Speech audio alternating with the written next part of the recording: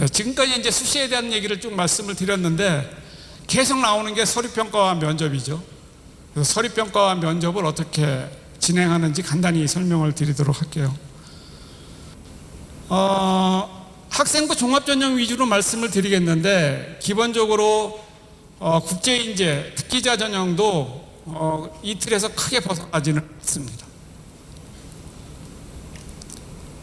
우리가 갖고 있는 서류평가 기준은 많이 아마 입시에 관심 있는 분들께서는 보셨을지 모르지만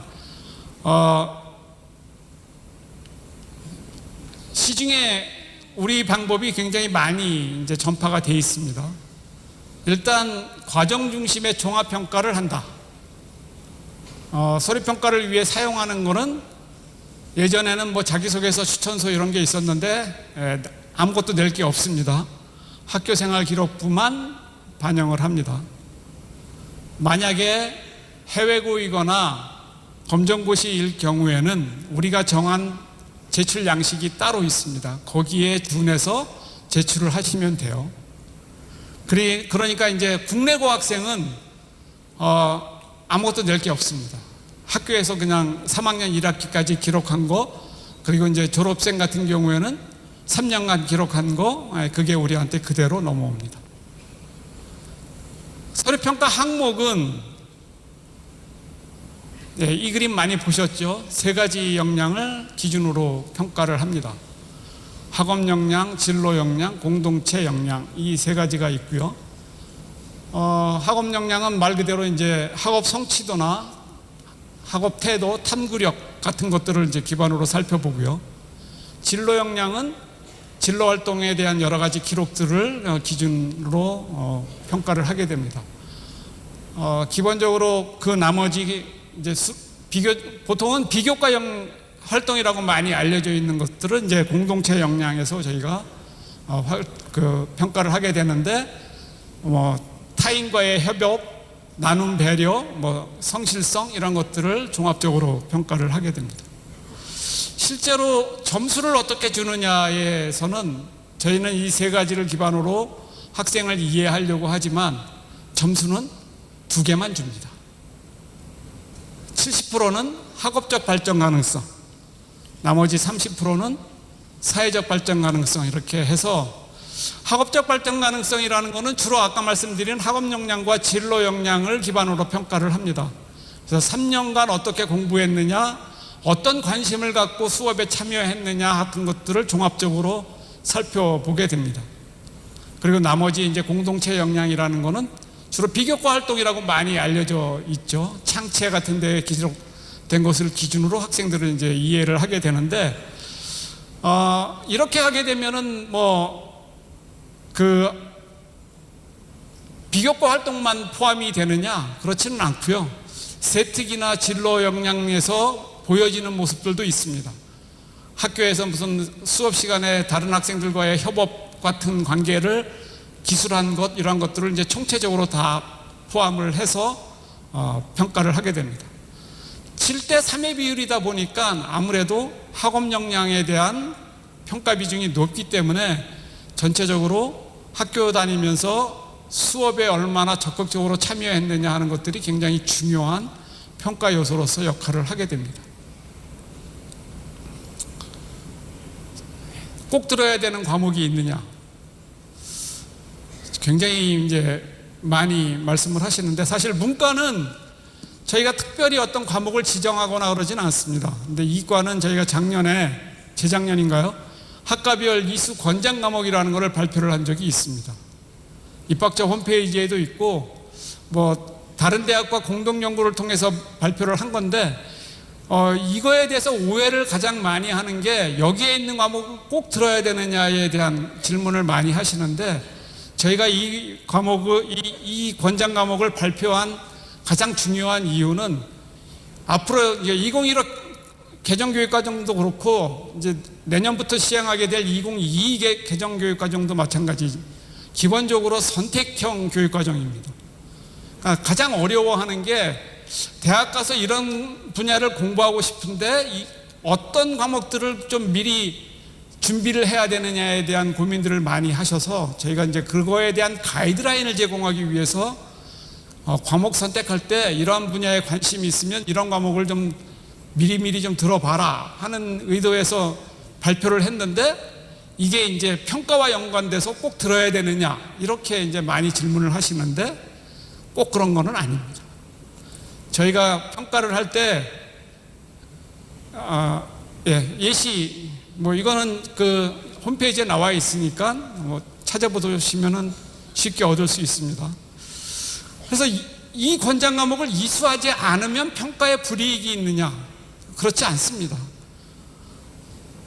우리가 이걸 발표한 것은 아까도 말씀드렸지만 기본적인 이유는 학생들이 과목을 2학년, 3학년 때 선택할 때의 가이드라인으로 삼았으면 한다라는 게 기본 목적이었어요. 근데 이게 이제 입학처에서 발표를 하다 보니까 평가와 연관되느냐 이런 질문을 많이 하세요. 근데 다만 꼭 기억하실 부분은 저희가 평가를 할 때 학교에 개설됐는데 안 들은 거와 개설되지 않아서 못 들은 거는 차이가 있습니다. 가능하면 2학년, 3학년 선택 과목을 결정을 할 때 가능하시면 자신의 앞으로의 어떤 공부 방향과 연관 지어서 학교에서 개설돼서 필요한 과목이라고 생각되는 것은 적극적으로 듣는 게 좋습니다. 근데 학교에 따라서는 그거를 열지 못하는 경우도 있는데, 요즘에는 교육청이 굉장히 적극적으로 그러한 것들에 대한 문제를 해결하려고 하고 있어요. 그래서 뭐 공동교육과정 같은 것들을 이게 시도마다 이제 굉장히 많이 열어놓고 있기 때문에 그런 것들을 외부에 가서 들을 수 있는 경우, 또는 온라인이라도 이수할 수 있는 경우는 이수하는 게 좋습니다. 이거는 앞으로의 평가 방향이나 앞으로의 교육 과정이 그런 쪽으로 나갈 거기 때문에 본인이 선택할 수 있는 환경이 오면 적어도 연대를 준비하는 입장에서는 적극적으로 선택할 필요가 있다. 이거는 제가 꼭 말씀드리고 싶은 부분입니다. 일반고 다니는 학생들의 경우에는 이 얘기 진짜 많이 합니다. 선생님들도 그렇고. 전문교과라는 게 있죠. 이거 특목고 과목입니다. 이거 듣는 게 좋으냐?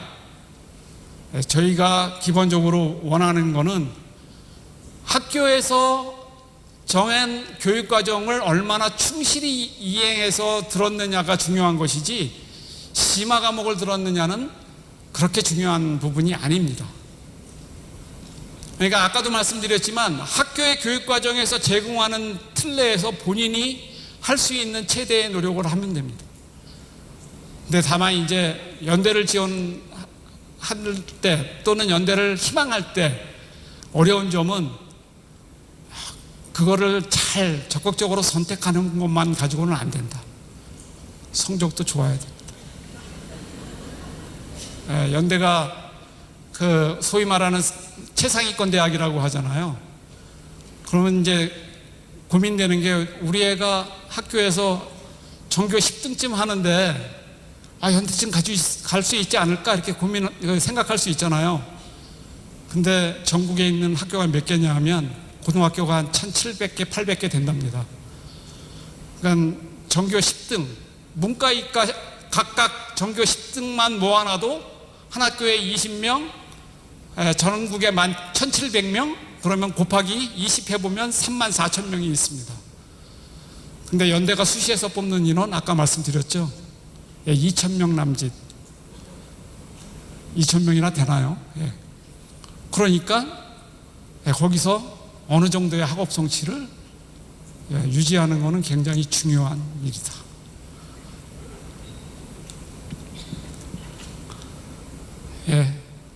심화 과목에 너무 그렇게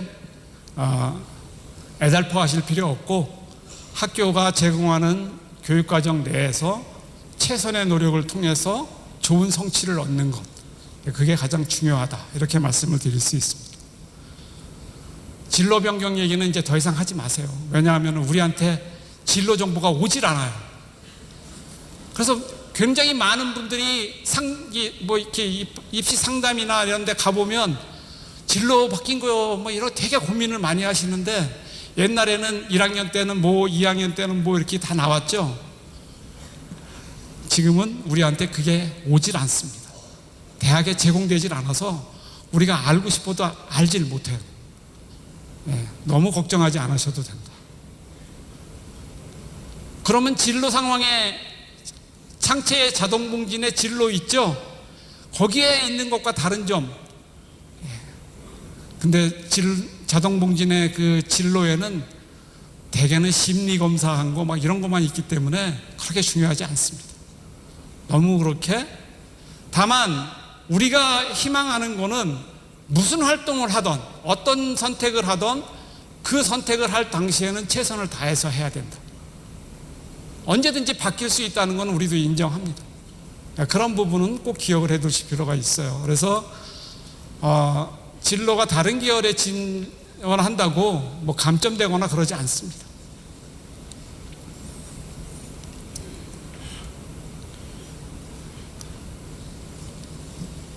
정량적으로 계산하는 거는 추천형만 계산하고요. 나머지는 정성적으로 이해를 하는데, 정성적으로 이해한다는 거는 무슨 의미냐? 학교의 교육과정 대비 어떤 과목을 선택했느냐, 거기서는 어떤 성취를 거뒀느냐, 그런 것들은 시간이 지남에 따라서 어떤 발전을 보였느냐, 이런 것들을 종합적으로 본다, 이렇게 보시면 됩니다. 면접평가는 유형만 간단히 말씀을 드리겠습니다.